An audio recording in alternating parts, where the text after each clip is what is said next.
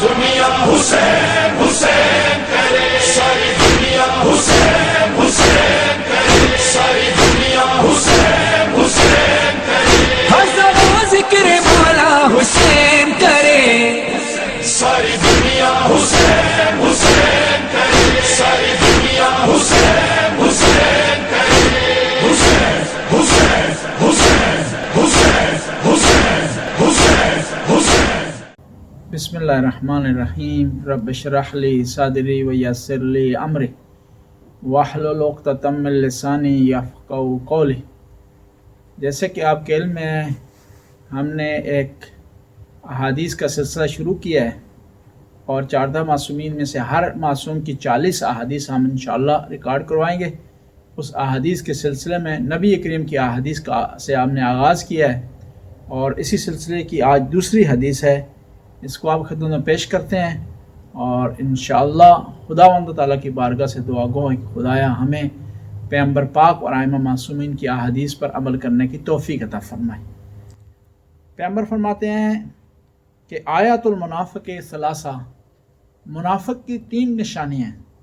وَإِذَا حَدَثَ كَذَبَ، اور جب وہ بولتا ہے تو جھوٹ بولتا ہے۔ وَإِذَا وَعَدَ أَخْلَفَ، اور جب وعدہ کرتا ہے اس کی خلاف ورزی کرتا ہے۔ وَإِذَا اؤْتُمِنَ خَانَ، اور جب اس کے پاس کوئی امانت رکھی جاتی ہے تو خیانت کرتا ہے۔ اس حدیث میں 3 نشانیاں پیغمبر پاک نے ارشاد فرمائی ہیں۔ خداوند تعالیٰ ہمیں تمام کو توفیق دے کہ ان 3 نشانیوں سے بچنے کی کوشش کریں۔ پہلی نشانی، جب بولتا ہے تو جھوٹ بولتا ہے۔ کبھی کوئی فون کرے، کوئی اس سے کوئی چیز مانگے، کبھی کوئی اس سے اس کا احوال پوچھے تو وہ بجائے کہ صریح واضح روشن جواب دے، جھوٹ سے کام لیتا ہے۔ جھوٹ ایمان کی کینچی ہے۔ قرآن میں جہاں ظالموں پر لعنت بھیجی گئی ہے وہاں جھوٹ بولنے والوں پر لعنت بھیجی گئی۔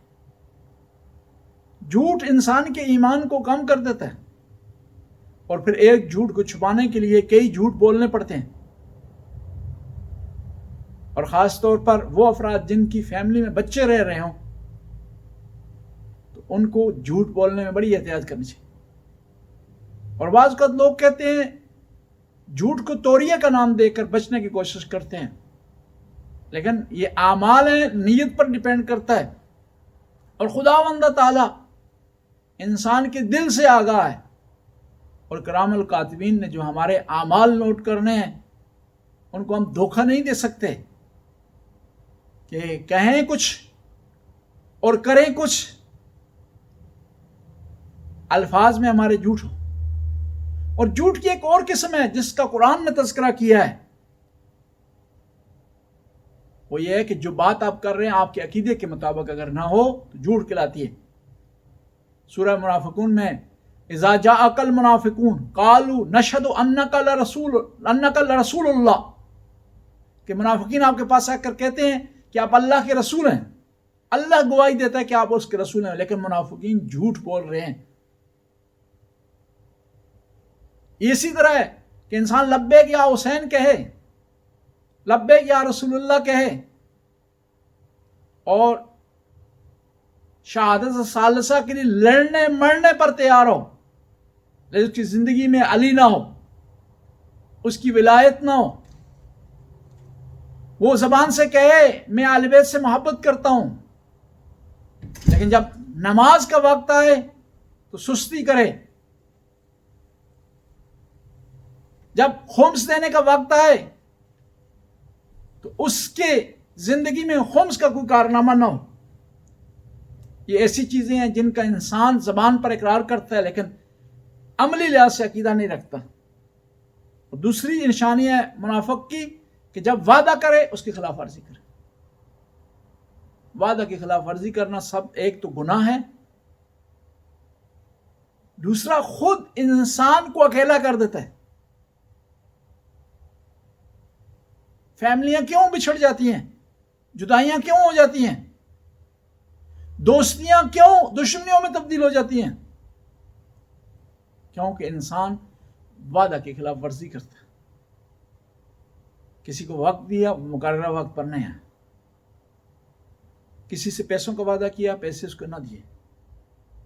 پیغمبر فرماتے ہیں اگر وعدہ کیا، اور یہ بھی یاد رکھنا چاہیے کہ جذبات میں آ کر کے، لوگوں کے ورگلانے میں آ کر کے انسان وعدہ نہ کرے۔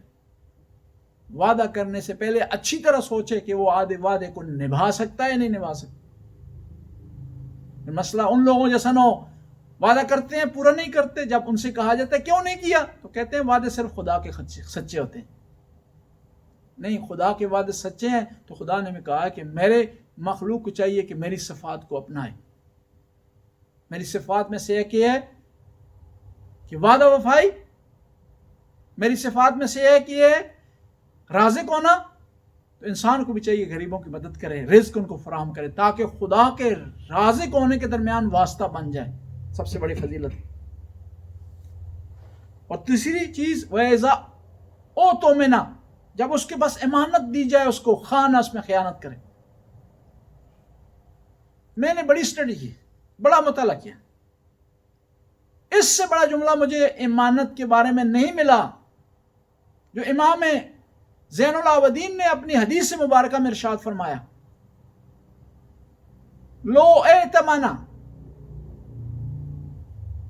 ائتمنی قاتل ابی علی سیف الذی قتلہ بہ لرددت الیہ۔